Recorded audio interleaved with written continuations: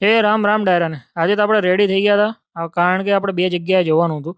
એક તો ભાઈબંધે દુકાન ચાલુ કરી તો એના ઓપનિંગમાં જવાનું હતું ને પછી બીજી જગ્યાએ ભાઈબંધની એંગેજમેન્ટમાં જવાનું હતું. તો આપણે રેડી થઈ ગયા છે, ચકલી રેડી થઈ ગઈ છે પર્સ બર્સ લઈને. તો હવે આપણે નીકળી ગયા ભાઈબંધની દુકાન તરફ. તો આ ભાઈબંધે ચાલુ કર્યું છે રાધે ઇમિટેશન અને ભાભીએ ચાલુ કર્યું છે બ્યુટી પાર્લર. કંઈ કામકાજ હોય તો કોન્ટેક્ટ કરી લેજો, નીચે નંબર આપી દઉં છું. પછી તો આપણે ગાયો ઘા જવા દીધી નદીની ઓલી બાજુ, કારણ કે ભાઈબંધ હાળો સેટો રહેતો હતો થોડોક. તો આપણે પહોંચી ગયા હતા અહીંયા અને આ ભાઈ જો કેટલો હરખાય છે પાછો, ઓહો. તો આ બાજુ હું અને આ ચકલી બેઠી બેઠી બધાને જોઈએ છે. બાયની બાકી એન્ટ્રી થઈ ગઈ હતી લ્યા. ઉભો રહો એટલે ક્યાં ફેરો ચક્કર આવશે એટલે પડી જાય પાઉ.